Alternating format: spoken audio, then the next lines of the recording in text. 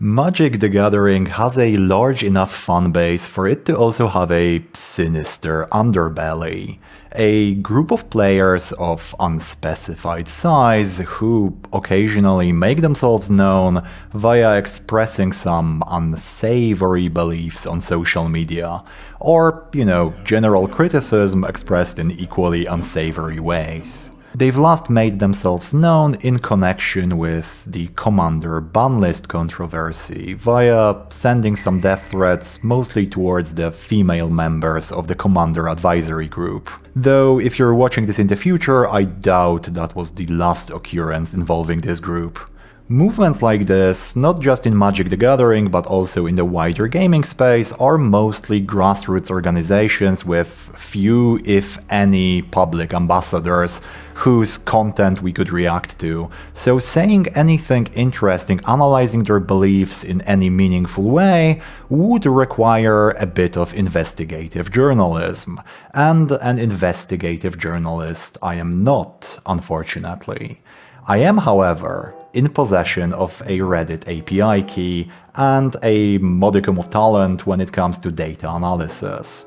And there happens to be a subreddit by the name of r/Freemagic that members of that community allegedly frequent.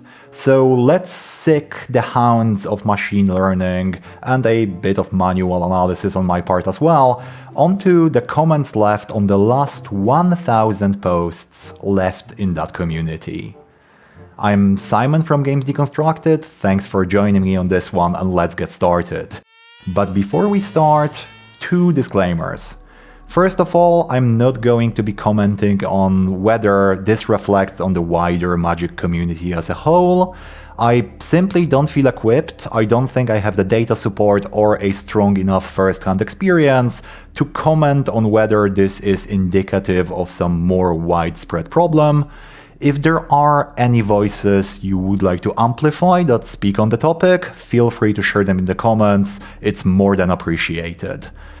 The second disclaimer is a bit of a trigger warning. We will be discussing examples of bigotry towards, to be perfectly honest with you, most minorities.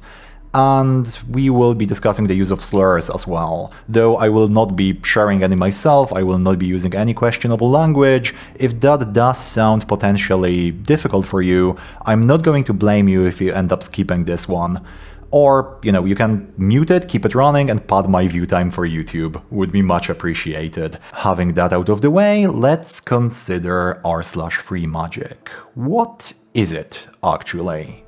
Well, it's a subreddit, or sub-forum if you're old like me and remember online forums being a thing, within the wider Reddit ecosystem. Reddit is a massive social media/forum site that features many of those subreddits, each on a single theme generally. r/cooking, r/memes, r/Freemagic being one of them. You can join multiple and post in multiple using your single Reddit account, but your posts on one will mostly be shared with members of that same community, so they are slightly insular, but can be accessed. You can access multiple using one account. r/Freemagic is an alternative subreddit to the more mainstream r/Magic TCG. It has been on the market since 2017, and as of the time I'm making this video, boasts about 40,000 users, about 5% of the main subreddit's numbers. So I would refer to it as an established fan space, 7 years on the market, of non-trivial size. r/Freemagic's unique selling proposition is that it's a less moderated equivalent to the main sub. It only features 4 rules for posting compared to the main subreddit's 14. And looking a bit closer at those rules, we can see that many of those are not even rules at all. The first rule just says, say anything you want. There is an interesting section in the sidebar that reads, if you found us because you were told that this is a hate sub, read this. That leads us to the following post by the subreddit's founding moderator, Fusomodo. Fusamoto explicitly states that the existence of this space is not to enable hate or white supremacy. They mention white supremacy specifically, which is why I do as well. Its cause for existence was a series of alleged shadow bannings of users of the main subreddit on ideological grounds, and it exists to enable and indeed improve the state of Magic discussion by embodying the ideals of free speech. If I'm allowed to paraphrase a bit, it seems to best follow the ideals of free speech absolutism, a viewpoint that states that all viewpoints, even bigoted ones, are a worthwhile inclusion in any conversation. And indeed, Fusamoro's post includes almost that exact sentence. Even the bigots need to participate of that exchange. So neither its cause nor its goal were explicitly motivated by bigotry. However, we are all well aware that projects can progress in surprising directions, even despite their founders' best intentions. So even if you take the founder's statement in good faith, which I'm inclined to do, it's very well possible that r/Freemagic might have become a tool for furthering bigoted viewpoints despite its founder's intent. One last point from the post that lends itself to a bit more critical analysis is this one. So it's natural that a sub that's against censorship will gather the people that are usually censored. This describes neatly one of the two forces involved in the creation of online echo chambers. Folks who might be silenced elsewhere due to their extremist viewpoints are attracted to these less moderated spaces in order to be able to express those viewpoints. Existing members of that fan space will be pushed out as a result. Some of them because they object to those extremist viewpoints, some others because they don't really enjoy the conversation taking a more radical turn or a more edgy format. So extremists are attracted inwards while moderates are pushed out of the space, causing the majority ideological leaning of the space to shift towards the extreme. However, that hypothesis relies on those silenced people being, actual extremists and not just an unfairly maligned group, which is entirely possible. But before we see what members of r/Freemagic actually discuss in there, the what of the question, let's consider the who for a moment longer. Who are the members of r/Freemagic? There is an interesting functionality on the website subreddit stats that allows you to see the overlap between any two given subreddits. It shows you how likely a member of one fan space is to be a member of another. Let's say if I'm active on one Magic subreddit, I am way more likely than the average Redditor to be active in another, because both have to do with something that I enjoy and I'm likely to post about. I am also more likely than the average Joe to be present in the Hearthstone subreddit, for example. If I already play one card game, I am more likely than the average person to play another.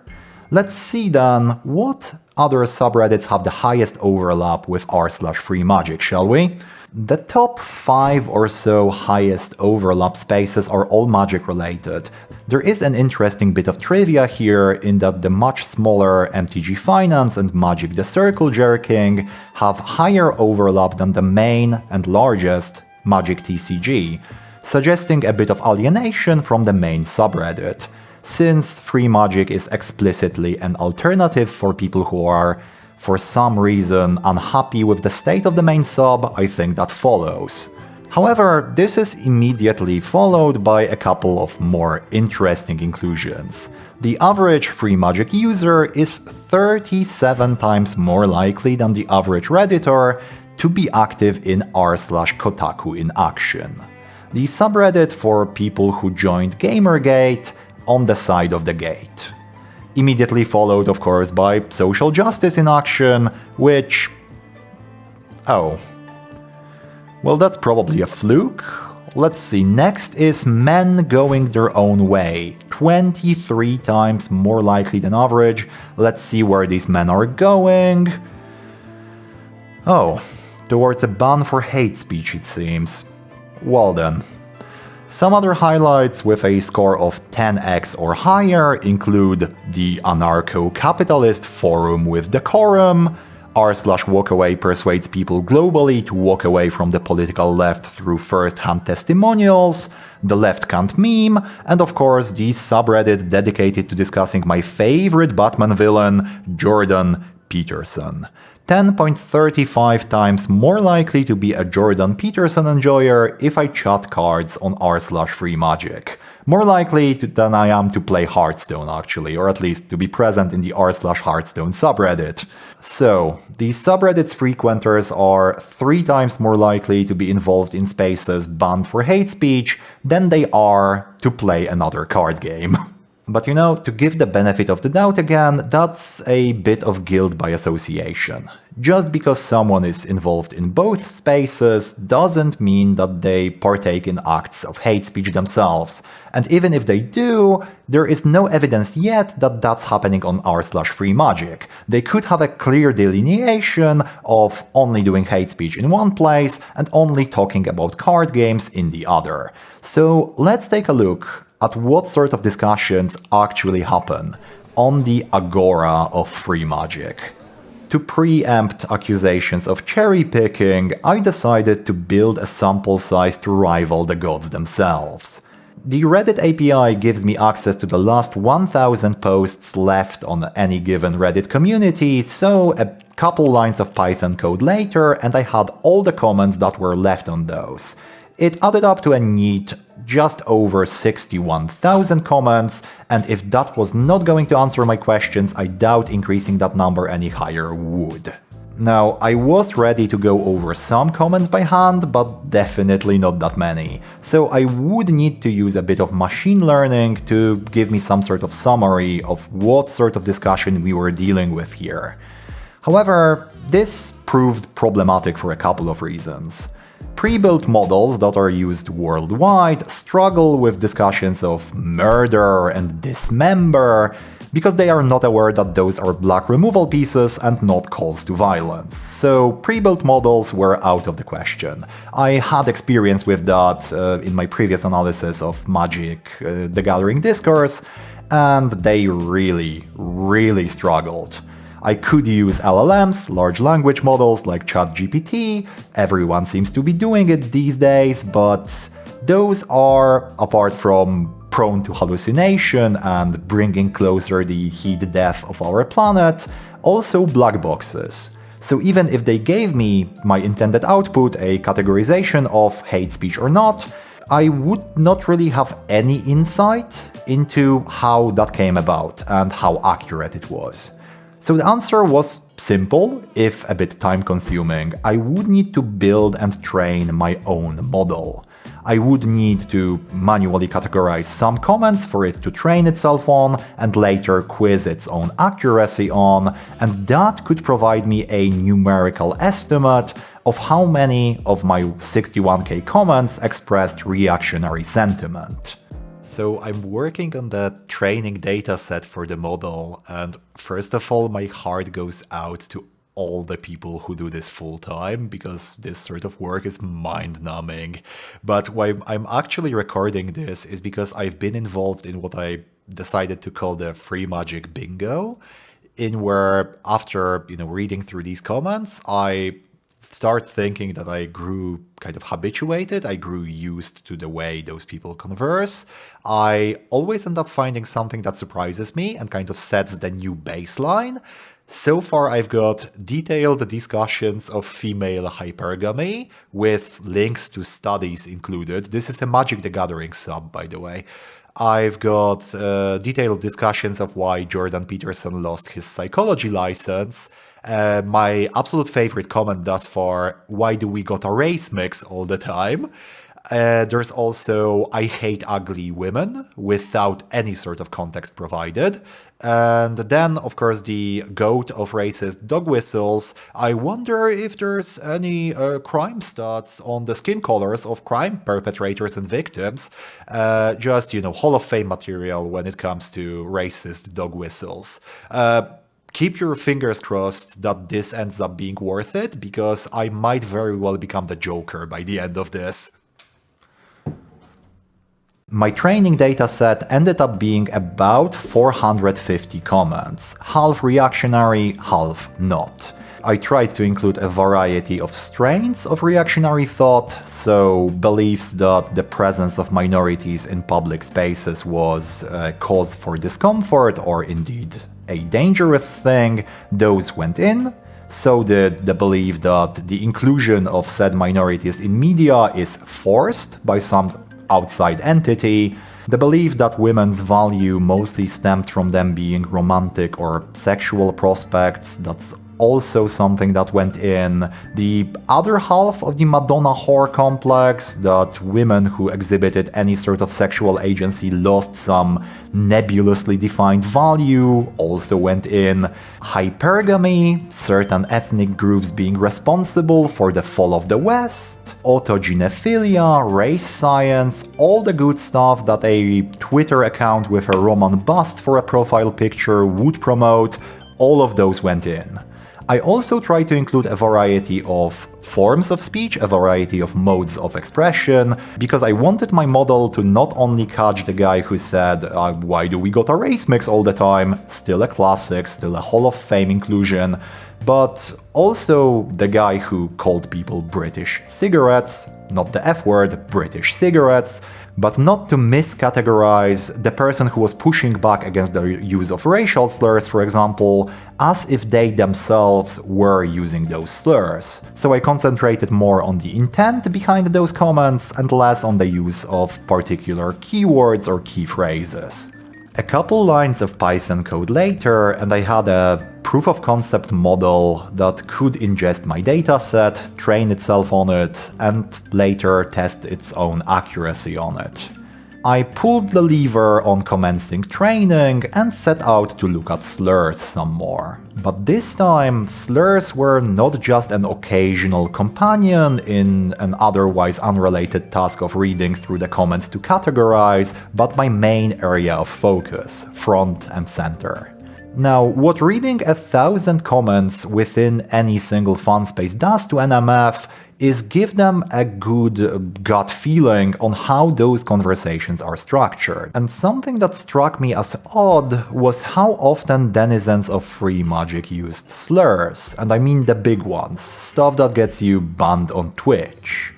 Some of them were used in comments expressing reactionary sentiment, but that was not a given. Some of them were used just to be edgy or be a bit abrasive in the way the comment was presented, which really got me thinking. With my understanding of what these folks were talking about and a bit of mathematical analysis on their use of slurs, perhaps I could unveil something interesting there. Out of my dataset of 61k, 637 comments included big-time slurs. That's just over 1%, which doesn't seem massive, but bear in mind that in most moderated spaces that number would fast approach 0. So anything higher than that is already concerningly high by my account. And indeed, if you were to read through the comments on one modestly popular thread on r/Freemagic, your chances of seeing at least one slur go above 90%. First of all, the tendency to use slurs was not directly associated with negative sentiment towards any given group. 67% of my slur list was the R slur. This occasionally overlapped with expressing bigoted opinions, but wasn't inherent to those comments. One example, however, where the two went hand in hand is discussions of trans people and trans rights. Anti-trans talking points, both the turfy and standard Republican saving the children varieties, are omnipresent on r/Freemagic. And those talking points are often bolstered by the use of extremely unkind language towards trans folks, intended to further dehumanize them, which is most often the point of those comments in the first place. Trans slurs constituted 7% of the slur list, with slurs towards different members of the LGBTQ+ community being another 6% or so. So between 13 and 14% of all slurs on my list. Middle of the road was women. There were many discussions expressing views of women and womanhood that I firmly disagree with, without the use of slurs. However, slurs towards women still made up 16% of my total. Notable is also the widespread presence of neologisms towards women forged in incel-adjacent spaces. Your Stacies, Roasties, and Femoids. Although those are not slurs and as a result were not included in this analysis, I did make a mental note to mention them. So, having slurs out of the way, my first attempt at the model was straight off the press, and it wasn't looking great. So I started experimenting with different parameters, until I had on my hands a tool that could routinely tell bigoted from non-bigoted, reactionary from non-reactionary, with between 75 to 85% accuracy. Much better than any of the pre-built stuff and completely serviceable for our purposes here. So I let it loose on the entire dataset, allowing it to mark all those comments according to its prior training, and it returned to me with dire tidings. 28% of total comments left on the last 1000 posts on r/Freemagic expressed reactionary sentiment. Even accounting for the lowest estimate of accuracy that the model got in its pre-training, I can be reasonably sure that the absolute minimum that we can expect is about 22% or so.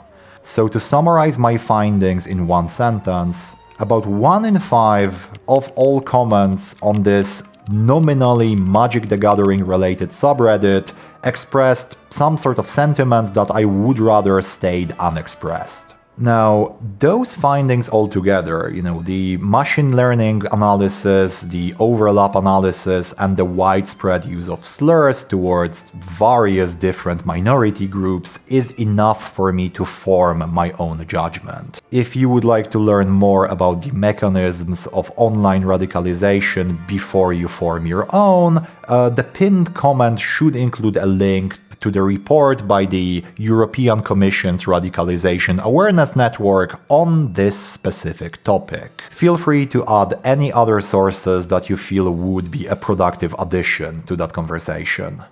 Thanks a lot for joining me. I've been Simon from Games Deconstructed, and this is where I would normally ask you to like, subscribe, all that stuff, but instead I would like to share with you a joke that I've been sitting on since the very start of this video. Are you ready? Sinister underbelly, more like Dexter underbelly. Bye.